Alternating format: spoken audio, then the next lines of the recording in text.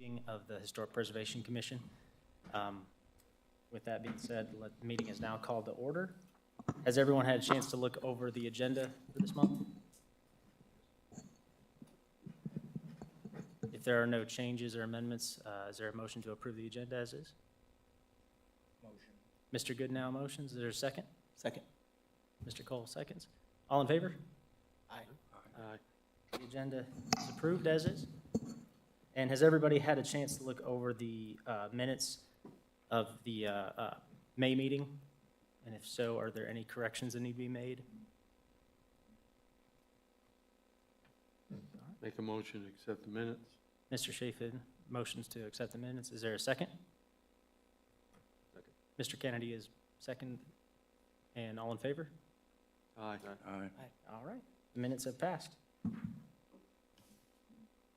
So moving on to our presentations. Today we'll be hearing a historic landmarking approval. This is a matter of, for public hearing, which will also include a time for public comment. And I will now, before we go on to the presentation though, is there any conflict of interest by the board? Okay. All right, thank you. Mr. Musavi, you can start the presentation. Thank you, Mr. Chairman. Good evening, board members. This is an application for landmark designation of a property at 104 Leslie Loop. It is a plantation that is in Mount Moon area, a part of the ETJ of the town. And the applicant is Patricia Crooks. She is available today, and if you have any questions for her. She's also represented by Ms. Nikki Robinson, who is the sales broker representative. And the property is about 3.5 acres, and the building is 4,279 square feet. On May 1st, the HPC directed staff to explore landmark designation and forward the preliminary report to the Historic Preservation Office for comments. And that's been done, and the comments been received. And that will be shared with you shortly. Just an overall view of the location of the property is highlighted in light blue. And the areas in dark gray, or light gray rather, is the Mooresville ETJ, and the kind of other remaining areas are part of the town limit. You can see the Lake Norman Regional Medical Center on the bottom left area along Fairview Road. Back in 2009 or 10, the town of Mooresville included the area as an ETJ. So it's been part of the ETJ of the town of Mooresville since then. So this is a closer look at the property that shows the existing buildings. There are really two main structures. The main house being the plantation is right where the number 104, which is the address, is, and the other is the log house, which is located to the back of the property. The property goes all the way to the railroad track on the left side of the screen, and it is along the Mecklenburg Highway with a little loop that's a Leslie Loop right there. This is the site plan that was provided in the packet, or as part of the application that you already had, and was forwarded to the SHPO as well. So the property owner purchased the property back in 1974, and the property was listed on the National Register in the same year, 1974. And 4 years later, it was listed as a local landmark by the Iredell County. And you see the plaque on the left side for the National Register nomination, and the other plaque from Iredell County. However, unfortunately, the Iredell County HPC no longer exists, so technically, the local landmark designation is not recognized by a local entity, and if there's any COA or any changes to it, it would not apply. It would be kind of questionable what happens to it. So this landmark designation, if it goes through, would take care of all those. So the plantation is really, the building is a great example of a Federal Greek Revival style of architecture. It was built circa 1836. It is a 2.5-story, 4-bedroom house with 1 bathroom. It is up for sale, and the property owner only wants to sell it, as I understand, to people that are historic preservation minded and want to maintain its integrity and historic values as they are. So in general, the Federal Greek Revival style of architecture, as I mentioned, this is a great example of it. Federal Greek Revival style of architecture refers to 2 different styles of architecture in the United States. And federal architecture emerged between the end of the Revolution and the beginning of the Greek Revival period, 1830 to 1840s. Federal style of architecture was influenced by the work of Palladio, famous architect, with several innovations by Thomas Jefferson. Jefferson's Monticello, obviously, is a great example of this style. And the White House is also another example of the federal. And of course, the Greek Revival style is considered America's first truly national architectural style. Its design includes symmetric plan and also elevation design. And it has tapered fluted columns that are usually Doric columns, and intricate details in entablatures and all the other details that come along with it.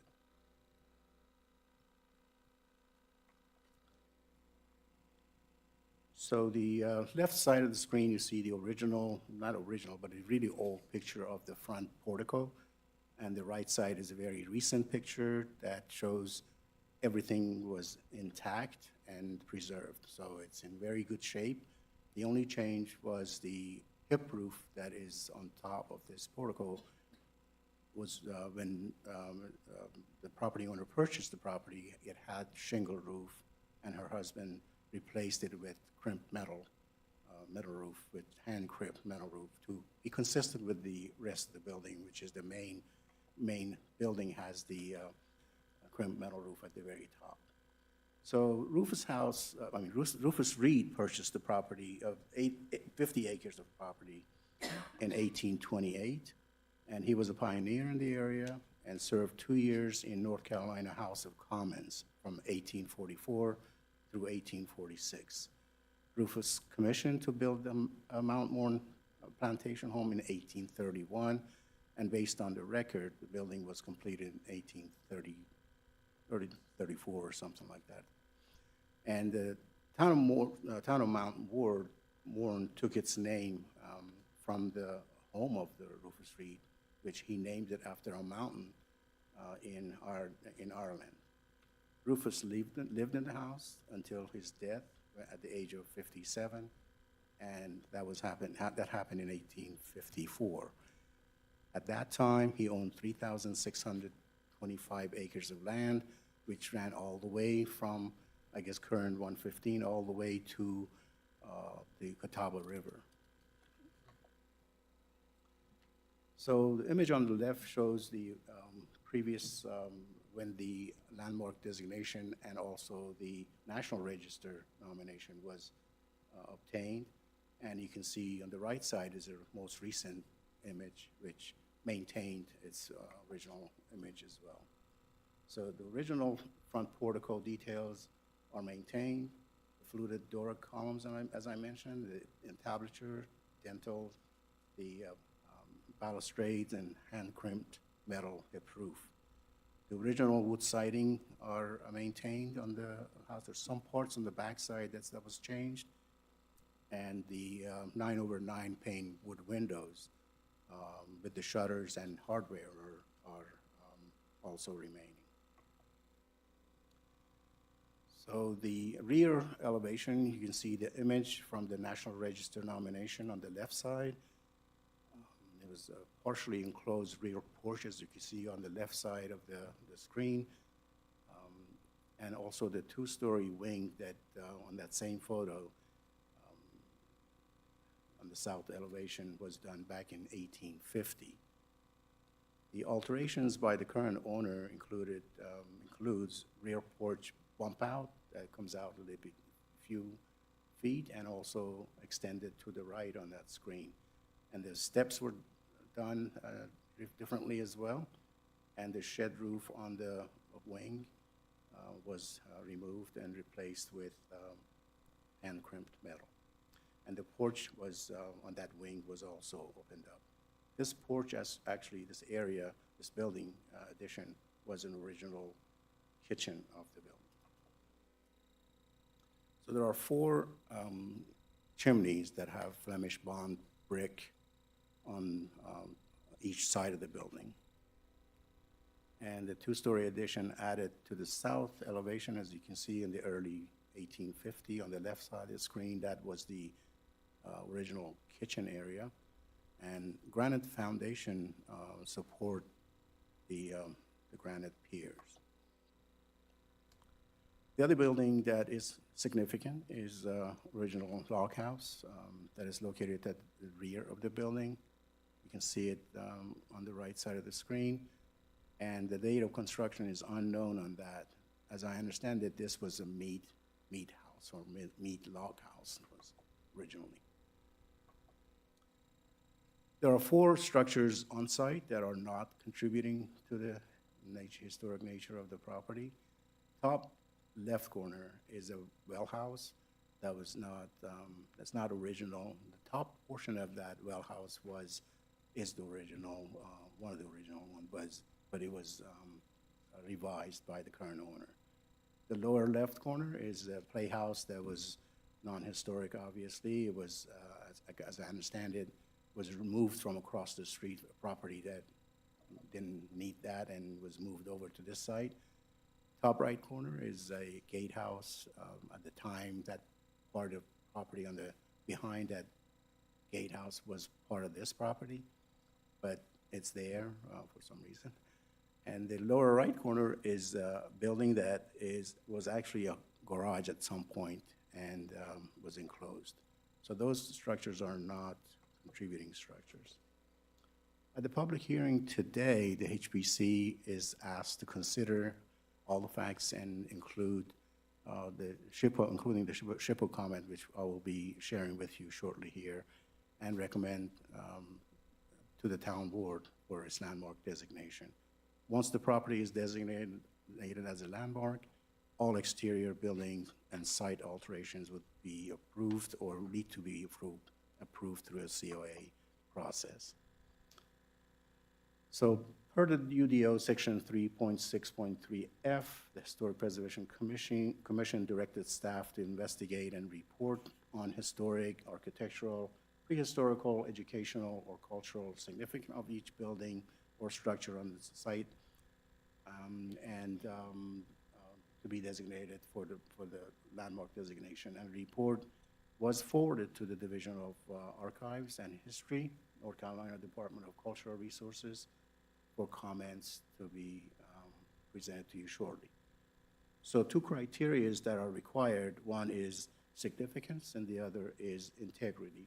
That makes this structure significant, worthy of landmark designation. As I mentioned earlier, Mount Moran Plantation provides an important insight into the transitional Federal Greek style of architecture.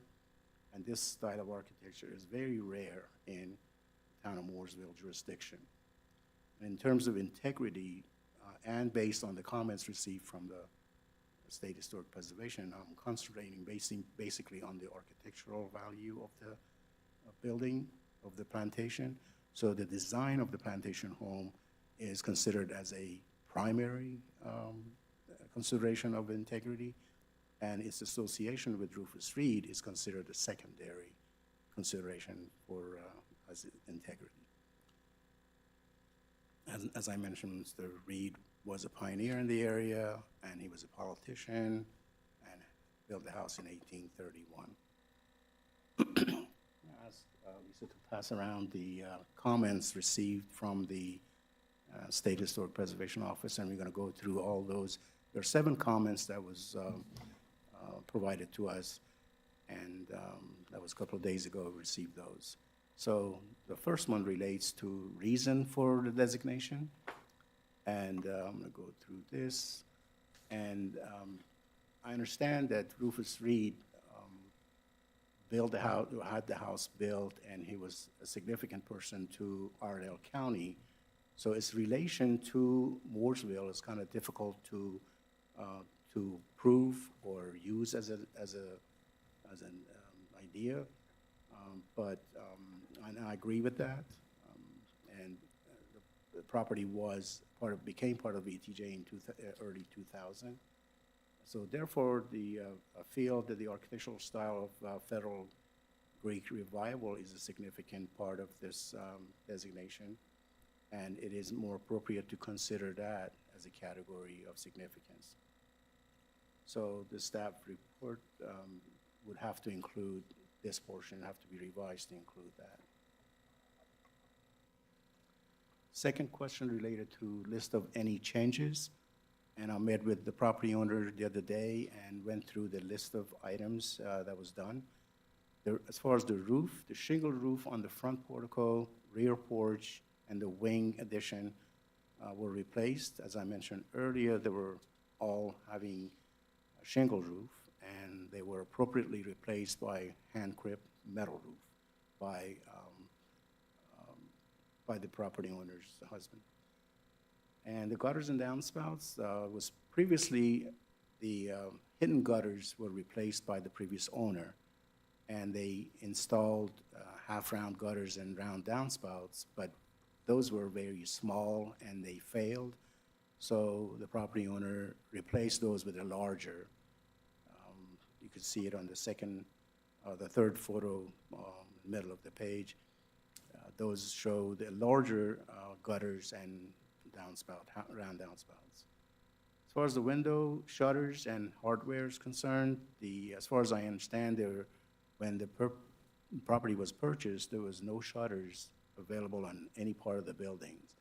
They found one shutter in the log house, and they kind of replicated that. In addition, none of the hardwares were available, and I think they found it in the yard. They kind of looked for them and found them. So all those were rebuilt and refabricated. And you see top right corner, the pictures there, on the back of the building, there's no shutters on the top level, but there are shutters and hardware on the rest of the building. Continuing on the second question, the rear porch enclosure was reopened, as you can see on this photo, and there were columns and handrails added to that section of the wing. Granite foundation walls were added to the backside, as you see on the image provided there. And as part of additional information, during the Depression, people lived in the log house. And those windows that you see there were added on to accommodate somebody living there. And as far as I know, there is no other changes. Maybe property owner can advise me on any more of changes to the building or the surroundings. But the footprint of the building was not changed at all. It remains as it was. Third question related to what specifically is being designated, which means really the entire property, the land, the plantation, and the log house. Those are the only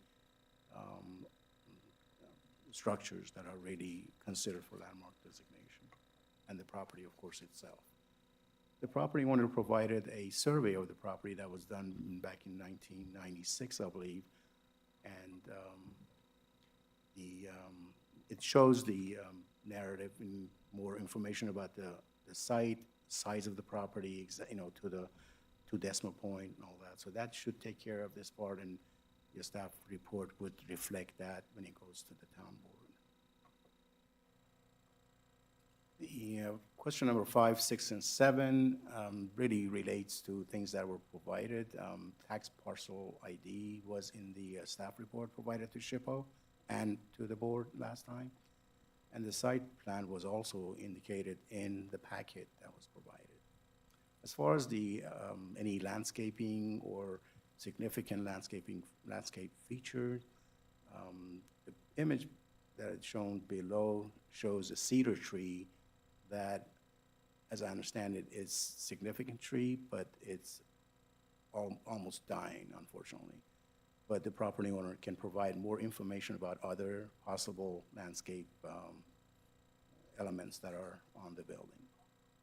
And the pictures were taken, the ones that I were taken on May 19th this year and June 2nd. So basically, the staff recommends that the HPC considers recommending the landmark designation to the town board.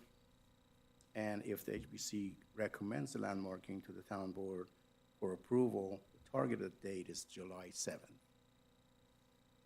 So these are the options the board has, either recommended for approval to the town board, recommended with conditions, or denied. Any questions for me, I'll be glad to answer.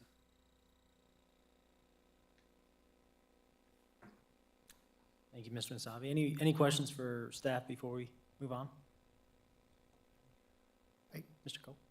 I have a clarifying question, which I wasn't here for the first preliminary hearings. This may have been cleared up. So in this application, are they seeking landmarking of just the exterior of the structure or the interior as well? Had that been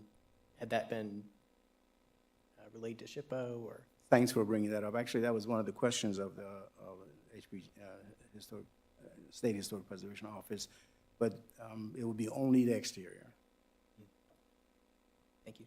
Yeah, it takes a little bit more details on that to include the interior, but as far as the HPC is concerned, it's the exteriors that are concerned. Thank you for the question. Mr. Chairman, Yes, sir. I have several questions, and I don't know that any of them have really been answered. I understand that at one point, aluminum siding was used on parts of the house to cover up wooden siding. Is that correct? That is not correct. That was a mistake made on the previous report. Okay. The only area that I'm aware of is on the back side of the building, that part of the siding was next to the chimney was changed to kind of match what was there before, but a very small area. Other than that, the remainder of the siding is all there. That's my mistake on the previous report, sorry.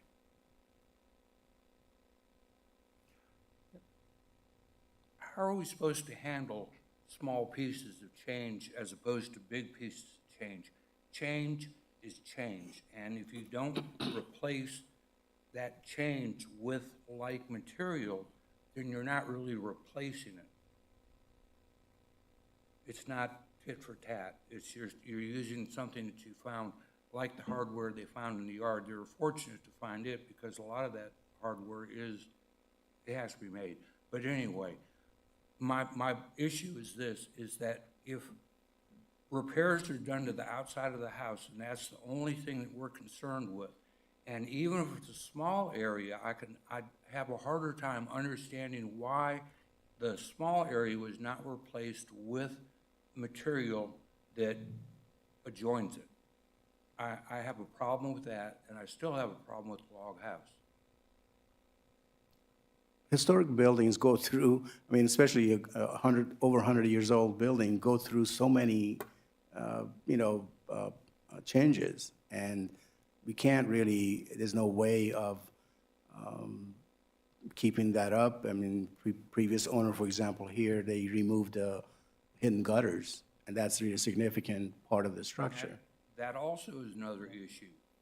Well, historic buildings, like I and- said, go through a lot of changes. I understand that, but if you buy something and your intention is to keep it true to the time period. But keep in mind that the current owner has owned it since 1974, so any, thing done prior to that was, now almost considered historic by our standards, so keep in mind that a lot of these changes were done, prior to the 70s, too. So, What changes? like the log cabin, Right, that was done gutters. during the Depression. that's not so much the issue. The issue that I have is when people have historic properties, and because of convenience, they short cheat the property. And that is not doing justice. There are so many houses in the town of Mooresville that are this house. You go down Center Street, almost every house is similar to this house. They're all based, they're not from the same time period, don't misunderstand. But when this house was built, when this area was settled, there were 30 people that were here. So if you're gonna have a commission, if you're gonna have people, those 30 people are gonna be included. It's not like there's somebody special in a sense. In other words, if you don't have a big shopping list, then you have to get what you can. And at the time that Mooresville was settled, there were so few people that lived here, and Mr. Reed may have been somebody back then, but there were a lot of other people that were that somebody too.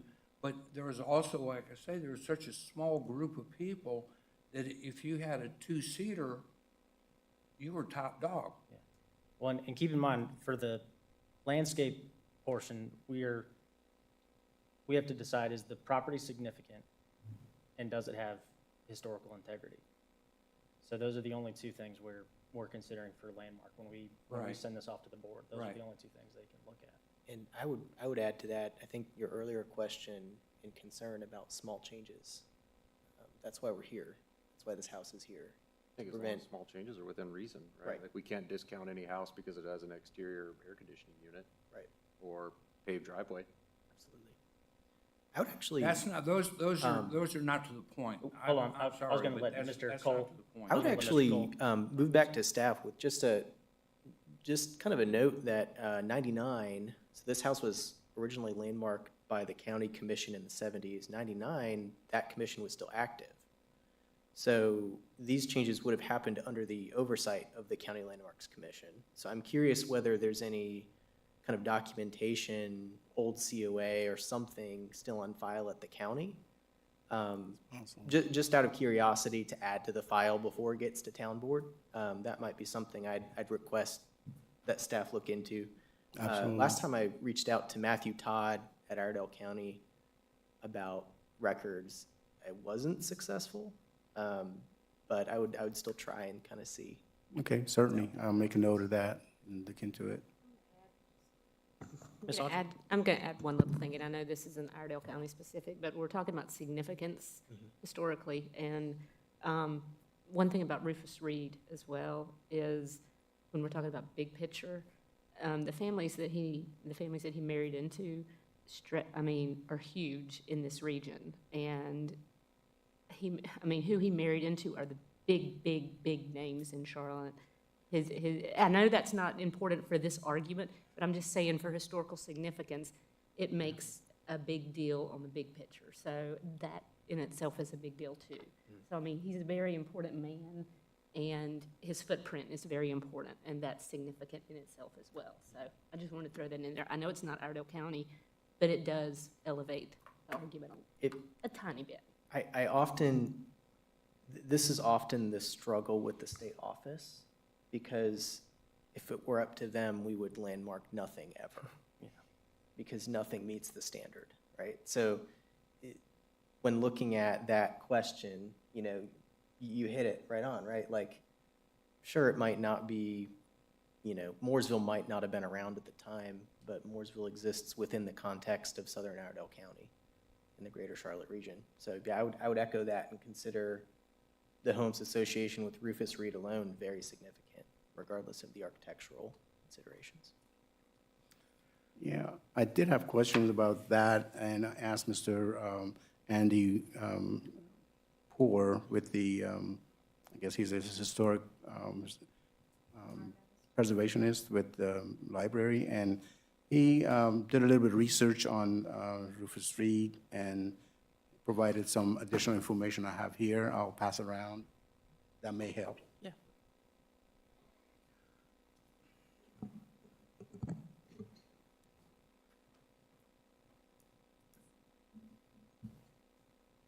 While that's being passed around, are there any more questions, comments from commissioners?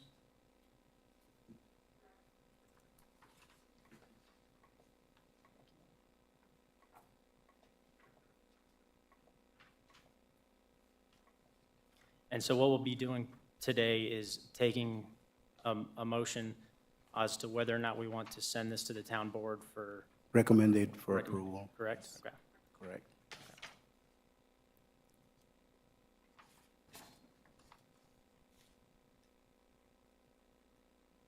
Thank you, Lisa.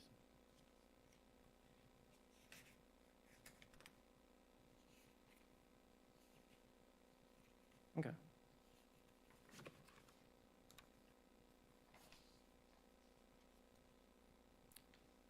With the staff presentation coming to an end and the additional information we've gotten, is there a motion? Oh, I'm sorry. Yes, we do need to open the public hearing now for public comments. And I don't know, were there any signed up to speak? Okay. Oh, we can close the public comments then. Yeah, thank you for reminding me of that. And so is there a motion on recommending or not recommending us to send this to the town board for approval? Motion to recommend it, town board for approval. Mr. Kennedy? Mr. Autry? Ms. Autry has seconded. All in favor? Aye. All opposed? One opposal? Rest yeas. So the motion has passed. The town board will be seeing this property for landmark. Thanks so much, appreciate it. Just one quick additional assignment for staff. And I'm sorry to keep giving you these because I was in your shoes a short while ago. I'm just thinking, two things that stand out to me from the SHPO comments that, you know, may be worth addressing in the final report before the town board adopts. That list of 1999 changes should make its way in the designation report, just for posterity. And then also any aerial imagery. I think it'd be helpful to get an understanding if there's any like significant specimen trees left on the property. There was mention of one that was kind of like diseased, but again, just for record keeping, if in a few years, you know, we had that kind of in the report, it's helpful for us to then review changes against it. So I would just kind of ask that that be included in the final report. I mean, I trust that information's there, and, you know, this group has a good reference point, but Absolutely, yes, thank you, good points. thank you. And I just wanted to clarify, I think I heard you say it's both the buildings and the entire property. Correct, So I just wanted to make sure it was including the surrounding property as well. Okay. that is correct. Okay, That concludes the business for today. Do we have any general updates from staff or the commission on? yes, sir, I do have a couple of items. As you recall, the town of Mooresville hired JMT as a consultant to update our design standards. And the town board on the June 16th in its meeting on June 16th is going to look at or hopefully approve a resolution that revises the list of the membership that were previously put together. So the new list actually includes Commissioner Avon, Saylor, David Cole, Patty Carter, Kim Atkins, and others on the right side of the screen are the property owners and business owners that their input would be very helpful. So I'm working right now on putting together meetings for this. So immediately after the June 16 meeting of the town board, we would have committee meetings to look at what the consultant had provided and provide comments, and hopefully in 3 meetings would be able to finalize it, because the contract actually is going to be expiring in August. So we have very short time to do it. So I'm going to do everything I can to make sure that we have those 3 meetings and get those changes done. And once that's done, it has to go come to the HBC, and then go to the town board for finalization. So that's, any questions on that? I don't think so. If anybody would like to be, hear more about the actual list of members that are attending this, feel free to ask us, let me know if you have any questions, or you just want to be kept informed, we can keep those updates coming to you guys. Sure, thank you. The only other item I have is the next meeting is not going to be on July 3rd. It's going to be on July 10th. And we have one item on the agenda, 159 North Main Street, and that's going to be brought to you at that meeting. That's basically it. Thank you so much. Appreciate it. Thank you. Thank you, sir. And with that, is there a motion to adjourn? So moved? Second? Second. All in favor? Aye.